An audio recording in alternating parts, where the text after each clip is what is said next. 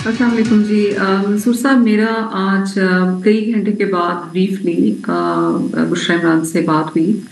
और वो जिन हालात में हुई मैं आपको बताऊंगी, लेकिन it was after many hours, कोई 12-13 घंटे मुसलसल कोशिशों के बाद और पीटीआई की लीडरशिप से रिक्वेस्ट के बाद उन्होंने हेल्प नहीं की उनसे बुशरा इमरान तक रीच करने पे। मेरी बार बार रिक्वेस्ट के बावजूद कोई उनकी तरफ से मुझे रिस्पांस नहीं आया। और फिर मुझे अपने ओन पे एफर्ट करने पड़े और सॉर्ट ऑफ पता कराया कि वो कहाँ पर हैं, क्योंकि ये आ रही थी जो आप प्रेस कॉन्फ्रेंस की बात कर रहे हैं। मुझे पता था कि बीबी प्रेस कॉन्फ्रेंस में नहीं आएंगी, क्योंकि रात को वहां से जब वो गई हैं तो उनको उनकी मर्जी के उनका जाने की वहां से जाने में उनकी मर्जी नहीं थी। वो एक अलग स्टोरी है, वो मैं आपको बताऊंगी। ठीक। लेकिन मुझे पता था कि वो प्रेस कॉन्फ्रेंस में नहीं होंगी, क्योंकि जब मेरी उनसे बात हुई थी तो उनको प्रेस कॉन्फ्रेंस के बारे में कुछ पता भी नहीं था। और उनको तो ये भी पता नहीं था कि उस वक्त वो कहाँ पर है।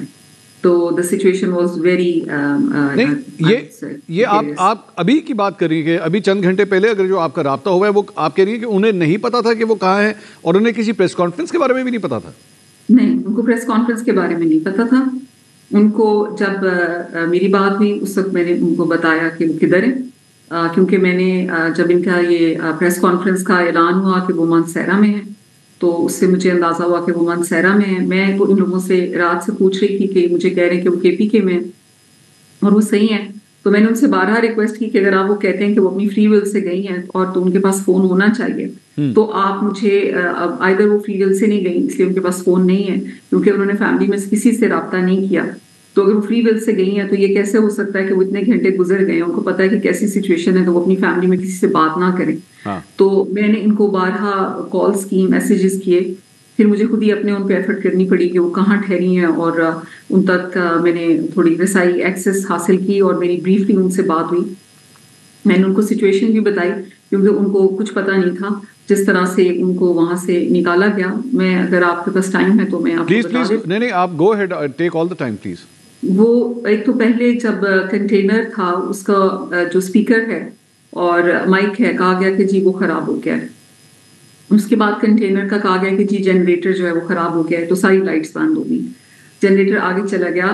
बुशरा साहिबा ने मुझे कल शाम को एक मैसेज किया था कि मुझे जानबूझ के स्लो डाउन कर रहे हैं। उस वक्त भी उनको लगा कि चाइना चौक में बहुत टाइम लगा दिया इन्होंने, तो उन्होंने अपने ड्राइवर को खुद ही कहा कि मुझे डी चौक तक पहुंचना है, बस आप साइड से गाड़ी निकाल के आप आगे ले जाएं। जी। जब वो डी चौक पे पहुंची तेज करके अपनी गाड़ी, तो उस वक्त जो है वहां पर अवाम थी, और उन्होंने कहा कि कुछ पीछे या साइड पर जो था वो अली अमीन साहब की गाड़ी थी, और अवाम ने उनको घेरा हुआ था कि वो उनको कहीं जाने नहीं देंगे। जी। वो कहती हैं जैसे ही मैं वहां पर निकली हूँ तो गाड़ी पे और वर्कर्स पे फायरिंग स्टार्ट हो गई है। तो बुशरा इमरान की जो गाड़ी है उसकी तरफ भी जो है फायरिंग स्टार्ट हो गई, और वर्कर्स पे भी, उस पे वर्कर्स जो है भागना शुरू हो गए। इन्होंने कहा, क्योंकि इन्होंने कहा पीछे मैंने जब देखा था, जब मैं चौक पहुंची थी, कोई लीडरशिप पीछे नहीं थी। ठीक है। काफी दूर था, कोई लीडरशिप मेरे साथ नहीं आई थी। ठीक है। मैं अकेली थी वहां पर। तो इन्होंने कहा कि अच्छा हम ये सब भाग रहे हैं, हम अकेले रह जाएंगे। तो इन्होंने कहा अली अमीन साहब को कि उनको गाड़ी में बिठा लो, ये ना हो कि ये भी चले जाएं तो हम बिल्कुल अकेले रह जाएं। ठीक है। उस पर अली अमीन साहब उनके साथ गाड़ी में आके ड्राइवर की सीट पे आके, बल्कि उन्होंने खुद ड्राइव करना शुरू किया। तो बुशरा ने उनको कहा कि जहां वर्कर्स हैं ज्यादा, यहाँ से डिस्पर्स हो गए फायरिंग की वजह से, जहां वर्कर्स हैं आप मुझे वहां ले जाएं, क्योंकि मैं वर्कर्स के साथ रहना चाहूंगी। ठीक है। अली अमीन साहब ने जब गाड़ी बहुत तेजी से दौड़ाई तो वो उनको, बुशरा बीबी को लगा कि वो साइड रोड पे जाने लगे हैं। तो उन्होंने कहा उनको कि अगर आपने मुझे कहीं और ले जाने की कोशिश की तो मैं दरवाजा खोल के गाड़ी से छलांग लगा दूंगी, लेकिन मैं यहाँ से नहीं जाऊंगी, क्योंकि मेरा यही इंस्ट्रक्शन है कि मुझे यहाँ रहना है। तो आप मुझे आगे, और बुशरा बीबी ने दरवाजा खोल लिया। उन्होंने कहा मैं छलांग लगा दूंगी, या आप गाड़ी रोक दें या मैं छलांग लगा दूंगी। आगे जहाँ लोग खड़े हुए थे, अली साहब ने वहां गाड़ी रुकी। उषा कहती है कि जब मैं वहां से गाड़ी से मैंने दरवाजा खोल के मैं निकलने लगी हूँ, तो वहां पे जो वर्कर्स है मुझे एहसास हुआ ये वर्कर्स नहीं है, ये प्लेन क्लॉथ में कोई और लोग हैं। और जैसे ही मैं निकली उन्होंने मेरे ऊपर कुछ लिक्विड, उन्होंने कहा आंसू गैस नहीं थी, कुछ और फेंका गाड़ी के ऊपर भी और मेरे ऊपर भी, जिससे बर्निंग सी उनको कहती है मुझे लगी, और मैं जो है दोबारा गाड़ी के अंदर बैठ गई। और उसी वक्त किसी ने उनकी गाड़ी का टायर जो एक है चाकू या किसी चीज से उसको मारा। बहरहाल उन्होंने ड्राइवर को कहा, उस वक्त अली अमीन साहब दूसरी साइड पे जा चुके थे, गाड़ी में थे। उन्होंने कहा कि मेरा ड्राइवर गाड़ी चलाएगा। उससे कहा ड्राइवर को कि आप जहां पर अगले नेक्स्ट लोग हैं ये हमारे लोग नहीं हैं, आप मुझे वहां तक लेके जाएं, वर्कर्स में लेकर जाएं। ड्राइवर ने फिर गाड़ी चलाई। उसके बाद जो उनका टायर बर्स्ट हो गया, क्योंकि वो टायर पंक्चर। एक सिर्फ सवाल यहाँ पे, ये सारा कुछ अली अमीन गंडापुर की मौजूदगी में हो रहा है? ये चीज अली अमीन साहब की मौजूदगी में हो रही है। उस वक्त तक अली अमीन साहब गाड़ी में थे। ठीक है। फिर वो जब आगे उनका गाड़ी का टायर बिल्कुल थोड़ा वो चले क्योंकि बर्स्ट हो गया, फट गया बिल्कुल, तो उन्होंने उस वक्त अली अमीन साहब की गाड़ी अपनी आ गई पीछे। तो अली अमीन साहब ने कहा कि गाड़ी हम चेंज कर देते हैं, ये गाड़ी अब नहीं चलेगी। ठीक है। तो उस पर उन्होंने गाड़ी चेंज की और वहां पे जो वर्कर्स, उन्होंने पूछा ज्यादा वर्कर किधर है। उन्होंने कहा कि वो जो डी वॉटसन है उस तरफ पे जो है वो ज्यादा वर्कर है। ठीक है। आप उधर को निकली हैं। लेकिन उसके बाद उन्होंने कहा कि उसके बाद इन्होंने गाड़ी नहीं रोकी। मैं इनको कहती रही गाड़ी रोकें, और उस गाड़ी का दरवाजा अंदर से नहीं खुल रहा था। अच्छा। कि मैं इनको कह रही थी कि मैं छलांग लगा दूंगी, लेकिन मेरा दरवाजा नहीं खुल रहा था। और उन्होंने कहा कि उस वक्त तक जो गार्ड्स मेरे थे वो भी पीछे रह गए थे, और जो लोग मेरे साथ थे, यानी गाड़ी के बाद आपने देखा ना अक्सर गार्ड्स होते हैं, कहती वो मेरे गार्ड्स नहीं थे, वो कोई और लोग थे। और मुझे बिल्कुल पता नहीं लगा कि उसके बाद इन्होंने वहां से इतनी तेज गाड़ी भगाई है। और कहती है और गाड़ियां भी थी साथ में, और वो जिस साइड पे मैं बैठी हुई थी वो बार बार उस साइड को आके टक्कर मारती थी वो गाड़ियां। अच्छा। जो साथ में जो गाड़ियां इनके साथ जो डाले टाइप की इनके पीछे लगी थी, कहती है वो मेरी साइड पर आके गाड़ी को बार बार टक्कर मारती थी। कहती थी मैंने अली अमीन साहब को कहा कि मेरी लाइफ को जो मर्जी डेंजर है। आप यकीन करें, मेरी जब उनसे बात हुई तो उनका ये कहना था कि आई विश कि मैं वहीं पे गोली खा के मर जाती। मैं आपको हल्फन कह रही हूँ कि नहीं निकलना चाहती थी मैं आई विश कि मैं वहीं पे जो है गोली खा के मैं मर जाती बाकी शोहदा के साथ। ये आज उन्होंने मुझे कहा, बड़ा मेरा दिल कटा। लेकिन वो कहती है कि मैं वहां से, मुझे इस तरह इन्होंने बाहर निकाला, मैं बिल्कुल निकलना नहीं चाहती थी। और मुझे बिल्कुल इन्होंने बताया कि मुझे कहाँ लेके जा रहे हैं और कहाँ पे मैं हूँ। और आप यकीन करेंगे जो बात मैंने उन तक, जिस तरह मैंने रसाई एक्सेस हासिल की, मैं आपको नहीं बता सकती। लेकिन मुझे पार्टी ने एक्सेस नहीं दिलवाई। मैंने कई घंटे बाद अपनी स्ट्रगल से उन तक एक्सेस हासिल की। और अब उनको वहां से भी कहीं और मूव कर दिया गया है। और मैंने भी मैसेज किया है सलमान साहब को कि उनको कहाँ मूव किया गया, और मुझे अभी पता नहीं है कि उनको नेक्स्ट कहाँ पे किया गया है।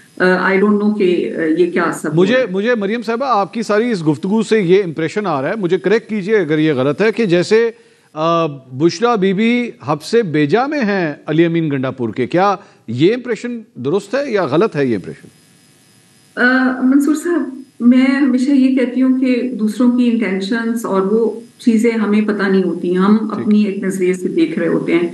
अब अगर आप अली अमीन से पूछें तो वो ये भी कह सकते हैं कि जी मैंने इनको प्रोटेक्ट किया था।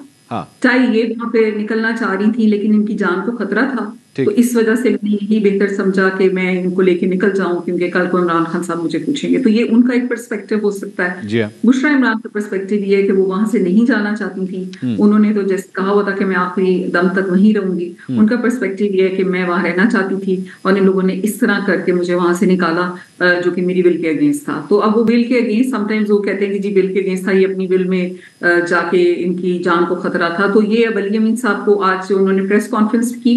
अच्छा, दूसरी बात आप ये देखें, आज जो प्रेस कॉन्फ्रेंस का टाइटल आ रहा था सुबह से, वो आ रहा था बुशरा बीबी और अली अमीन साहब की प्रेस कॉन्फ्रेंस। जी हाँ। मैं उस वक्त भी बड़ी हैरान थी, क्योंकि मैंने कहा कि मुझे रात से बुशरा इमरान से बात करवा ही नहीं रहे। मुझे उसी वक्त शक था कि वो अपनी विल से नहीं गई, क्योंकि वो अगर निकलती और वो केपी के पहुंच जाती तो वो फैमिली में किसी ना किसी को, बेटियों को, मुझे भाभी, किसी ना किसी को तो जरूर मैसेज करती। ठीक है। किसी से उनका नहीं था। उनके इर्द गिर्द के जो लोग थे, उनका ड्राइवर, उनका गार्ड, सबके फोन बंद थे। अच्छा। तो मुझे पता था कि प्रेस कॉन्फ्रेंस तो होनी नहीं है, इसका ऐसे नाम लगाया हुआ है। और आपको पता है कि 3 घंटे तक 4 घंटे तक वो कैमरे ऑन रहे कि जी अब वो आ रहे हैं, अब वो आ रहे हैं। दी वाज जस्ट डिले टैक्टिक्स के जितने बाकी वर्कर्स जो हैं वो भी डिस्पर्स हो जाएं। और मुझे पता था कि बुशरा इमरान उस कॉन्फ्रेंस में नहीं आएंगे। नहीं तो एक और भी बीच में ये बात आई कि खान साहब की तरफ से ये कह दिया गया है, और लीडरशिप भी ये चाहती है, बल्कि बैरिस्टर सैफ ने ये बात कही कि हमारी खान साहब से बात हुई थी, संजानी के मुकाम के ऊपर जो है वो धरना देने की बात हो गई थी कि वहाँ पे दे दिया जाए, लेकिन सिर्फ बुशरा बीबी जो है वो नहीं मानी। इस बारे में आपकी कोई बात हुई उनसे? ये जो बैरिस्टर सैफ हैं, मुझे नहीं समझ आती किसकी जबान बोलते हैं। बैरिस्टर सैफ को किसने कहा था कि ये और गौहर साहब दूसरों का मैसेज लेके खान साहब के पास जाएं, जबकि खान साहब की बड़ी क्लियर इंस्ट्रक्शंस थी कि उन्होंने अपनी वाइफ को बता दिया, अलीमा को भी बता दिया कि क्या होना है, और वो ये था कि डी चौक में आपने धरना देना है और मुज़ाकरात अगर आपने करने हैं तो वो 4 कंडीशंस थी जो खान साहब ने पहले बता दी थी कि आप उन्हीं पे करेंगे। तो फिर इनको किसने कहा कि ये जाके खान साहब को प्रेस अपॉन करें कि वो धरने की जगह जो है वो चेंज करें। खान साहब ने कोई एग्री नहीं किया था, इन्होंने उनके ऊपर बहुत प्रेशर डाला था, बार बार डाला था, लेकिन वो एग्री नहीं कर रहे थे। ये बुशरा इमरान पे भी प्रेशर डाल रहे थे और वो यही कह रही थी कि मुझे खान साहब से इंस्ट्रक्शन है और जो मुझे उन्होंने इंस्ट्रक्शंस दी हैं मैं वैसे ही अकॉर्डिंगली करूँगी। तो इनको आपको क्या इस बारे में इंफॉर्मेशन है कि कोई वीडियो पैगाम खान साहब का रिकॉर्ड करा के कोई दिखाया गया बुशरा बीबी को? नहीं, उन्होंने उनको बहुत कोशिश की कि खान साहब कोई वीडियो मैसेज रिकॉर्ड कर दें, खान साहब ने रिकॉर्ड नहीं करवाया। तो ये अब आपने ये इनके बारे में भी, बैरिस्टर सैफ के बारे में भी आपने कहा कि आपको नहीं पता ये किसकी ज़बान बोल रहे हैं। अली मुझे पता है वो किसकी ज़बान बोल रहे हैं, वो पीटीआई की ज़बान और या खान साहब की ज़बान नहीं बोल रहे हैं, लेकिन ये पीटीआई के साथ कुछ लोगों की ज़बान बोल रहे हैं। इनके खान साहब बैरिस्टर सैफ के ऊपर जो है वो और भी लोगों ने इस तरह शक का इजहार किया है, लेकिन मुझे ये बात नहीं समझ आती ये किस तरह हो सकता है कि अली अमीन गंडापुर साहब के मुशीर हों, पाकिस्तान तहरीक इंसाफ की हुकूमत हो, जबान वो किसी और की बोलें। ये तो फिर पूरे के पूरे सेटअप के ऊपर सवाल उठ जाता है जो आपका एक सूबे के अंदर मौजूद है।